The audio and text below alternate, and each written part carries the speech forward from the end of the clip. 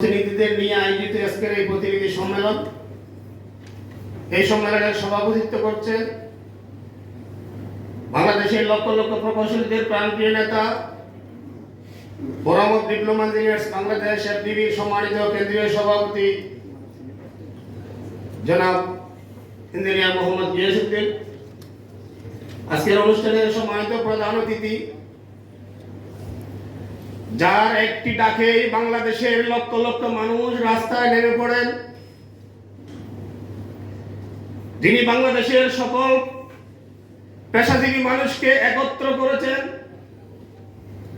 শুধু একত্র করেননি, বাংলাদেশের সকল পেশাজীবী মানুষ এই কথা বুঝতে সক্ষম হয়েছেন এই বৈষম্য পরায়ণ সমাজকে পরিবর্তন করতে হলে আওয়ামী লীগকে দেশ থেকে হটাতে হবে। তিনি আমাদের প্রিয় নেতা রুহুল আমিন গাজী, তিনি আমাদের মাঝে উপস্থিত হয়েছেন ঢাকা বিশ্ববিদ্যালয়ের প্রাচ্যের অক্সফোর্ড খ্যাত এই বিশ্ববিদ্যালয়ের সম্মানিত শিক্ষক, সম্মানিত অধ্যাপক, সম্মানিত গবেষক, যাদের দিক নির্দেশনায় বাংলাদেশের দ্বিতীয়বার স্বাধীন হয়েছে, যাদের পরিকল্পনায় বাংলাদেশের 18 কোটি মানুষ আজকে স্বস্তির নিঃশ্বাস ফেলতে পেরেছেন। আজকের সম্মানিত প্রধান বক্তা জনাব ডক্টর মোহাম্মদ ইসমাইল উপস্থিত আছেন। আমাদের বন্ধু সংগঠন ডিএবির সম্মানিত কেন্দ্রীয় নেতৃবৃন্দ, বাংলাদেশের বিভিন্ন স্তরের সর্বস্তরের পেশাজীবী সংগঠনগুলোর কেন্দ্রীয় নেতৃবৃন্দ উপস্থিত আছেন ফোরাম অফ ডিপ্লোমা ইঞ্জিনিয়ার্সের সম্মানিত কেন্দ্রীয় নেতৃবৃন্দ। আমাদের মাঝে উপস্থিত আছেন বাংলাদেশের সকল জেলার সম্মানিত সভাপতি এবং সেক্রেটারি বৃন্দ, সম্মানিত সাংবাদিক বন্ধুগণ, সম্মানিত সুধী মণ্ডলী, আসসালামু আলাইকুম ওয়া রাহমাতুল্লাহি তাআলা ওয়া বারাকাতুহু। বাংলাদেশ আজ এমন একটি পর্যায়ে দাঁড়িয়েছে যখন বাংলার মানুষ বাড়ির ভিতরেও সত্য কথা বলতে ভয় পেত। বাংলাদেশের প্রকৌশলী সমাজ তাদের অফিসের মধ্যে বসেও দুর্নীতির বিরুদ্ধে কথা বলতে ভয় পেত। বাংলাদেশের প্রকৌশল সমাজ তার অধিকার আদায়ের জন্য কথা বলতে ভয় পেত। সেই কঠিন পরিস্থিতি থেকে বাংলাদেশের প্রকৌশল সমাজ সহ বাংলাদেশের লক্ষ লক্ষ পেশাজীবী নেতাদেরকে, 18 কোটি বাঙালিকে যারা মুক্তি দিয়েছেন, বৈষম্য বিরোধী ছাত্র আন্দোলনের সম্মানিত সমন্বয়কদের তত্ত্বাবধানে বাংলাদেশের লক্ষ লক্ষ ছাত্র জনতা আজকে আমাদেরকে এই সুন্দর সমাজ ব্যবস্থা উপহার দিয়েছেন। সম্মানিত উপস্থিতি, আমরা আজকে এখানে আপনাদেরকে কেন ডেকেছি? সেই স্বৈরাচারের দোসর, সেই আওয়ামী লীগের গুন্ডা বাহিনী বিগত 16 বছর ধরে আইডিবিকে দখল করে রেখেছিল। আমরা যারা এখানে এসেছি, বিগত 14 বছরের মধ্যে কেউ আইডিবি নির্বাচনে ভোট দিতে পেরেছেন কিনা আমার সন্দেহ আছে। পারেন নাই। আজকে সেই সন্ত্রাসীরা, সেই স্বৈরাচারের দোসররা আইডিবি থেকে পালিয়েছে, কিন্তু এখনো তারা পদত্যাগ করেননি। আজকের এই সমাবেশ থেকে আমরা স্পষ্ট করে বলতে চাই, 24 ঘন্টার মধ্যে যদি হামিদ শামসুর রহমান পদত্যাগ না করেন, আপনারা কোথায় আছেন, কোথায় বসবাস করেন, সকল তথ্য আমাদের আছে। ছাত্র সমাজকে সাথে নিয়ে, বাংলাদেশের বৈষম্য বিরোধী প্রকৌশল সমাজকে সাথে নিয়ে এমন অবস্থা করব, লজ্জাটাকে কেমনও আপনাদের গায়ে থাকবে না।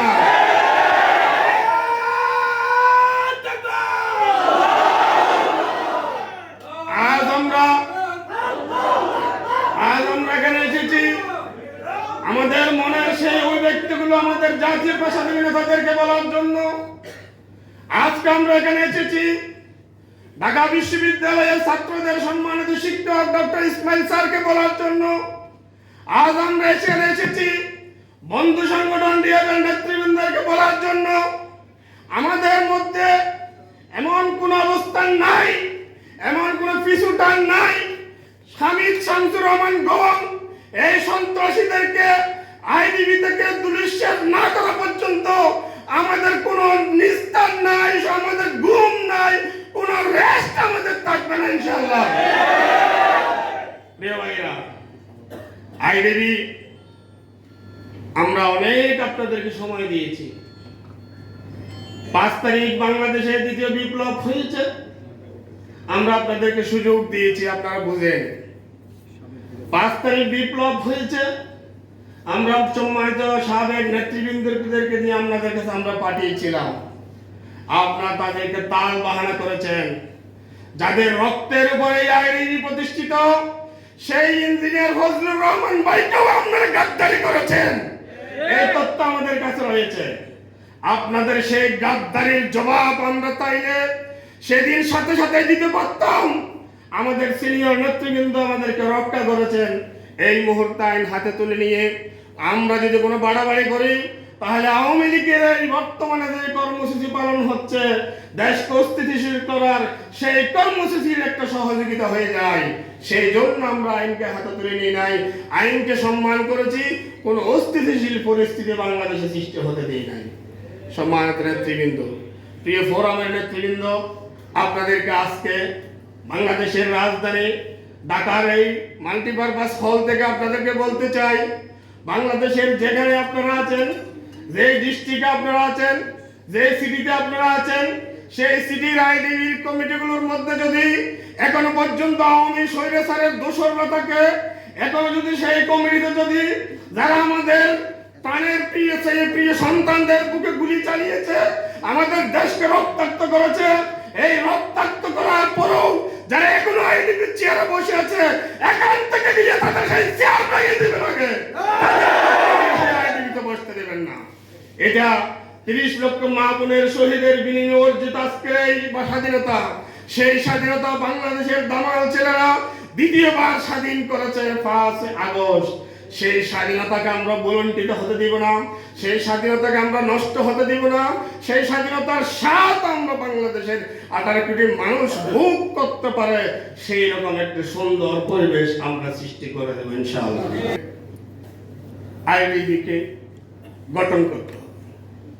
আমরা যেভাবে নিজের আবেগ, নিজেকে উচ্ছ্বাস করে, নিজের সর্বশক্তি দিয়ে এই সমাজ পরিবর্তনের স্লোগান দিচ্ছি, সেই স্লোগানের পাশাপাশি আমার বিবেককে কাজে লাগিয়ে, আমার জ্ঞানকে কাজে লাগিয়ে এই সমাজের থেকে বৈষম্য দূর করার জন্য, বিশেষ করে আইডিবি থেকে বৈষম্য দূর করার জন্য আমাদের সকল বন্ধু মহল, আমাদের সকল সহপাঠী, আমাদের সকল সাবেক ছাত্র নেতারা, তাদের প্রত্যেকের কাছে আহ্বান করতে হবে এই আইডিবি গঠনের জন্য। সকলেই যেন আইডিবির পাশে থাকে, সকলেই যেন আইডিবিকে স্মরণ করে আইডিবির মেম্বার হয়, আইডিবির নিয়মিত চাঁদা যেন পরিশোধ করে। আমরা আপনাদের পাশে আছি, আপনারাও আমাদের পাশে আছেন। আপনারা সামনের দিকে এগিয়ে যান, আমরাও সামনের দিকে এগিয়ে যাব। আমরা যদি 2 জন ভাই একসাথে হাতে হাত মিলিয়ে, আমরা সাবেক নেতৃবৃন্দ যারা আইডিবি গঠন করেছেন তাদের পরামর্শ নিয়ে, তাদেরকেও সাথে নিয়ে আগামীতে দূষণ মুক্ত আইডিবি করতে হলে সুনির্দিষ্ট পরিকল্পনা এবং কাজ নিয়ে সামনের দিকে এগিয়ে যেতে হবে। যেই দিন আমাদের কাছ থেকে চলে যাচ্ছে, সেই দিন আমাদের কাছে আর আসবে না। এই একটা দিন আমাদের জন্য অত্যন্ত গুরুত্বপূর্ণ। সর্বশেষ আমি যে কথাটি আপনাদেরকে বলতে চাই, এটা আমাদের রিসার্চ করা, আমাদের সম্মানিত প্রফেসরদের রিসার্চ করা একটা কথা।